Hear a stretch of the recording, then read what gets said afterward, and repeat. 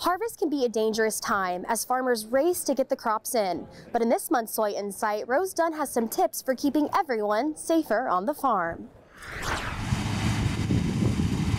Fall is a busy time on the farm as producers race to get their crops harvested before the weather turns. NDSU Farm and Ranch Safety Coordinator Angie Johnson says there are several things farmers need to keep in mind to keep themselves, their families, and their workers safe.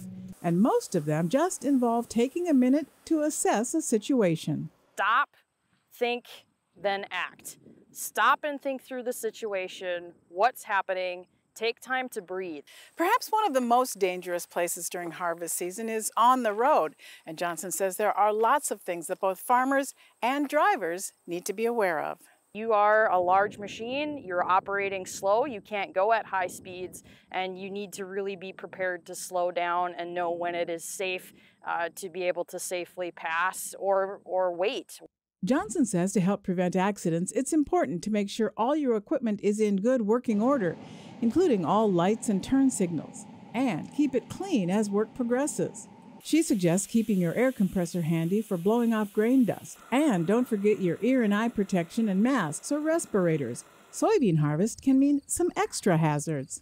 Dryer fires are really common when you're working with crops like soybeans, simply because when you harvest soybeans and put them through the dryer process, there's a lot of chaff, and it's those dry particulates that easily can catch fire. And then you're also dealing with an oil crop. Very high oil content, very combustible. Johnson emphasizes make sure everyone working on the farm is properly trained, especially young and inexperienced family members or temporary harvest workers. And she says if you get tired, take a break. There's no amount of crop or livestock that's worth losing a life over. In Fargo, North Dakota, this is Rose Dunn for Agweek. If you have any questions or would like a safety assessment done at your farm, you can contact Angie Johnson at NDSU or call your local county agent.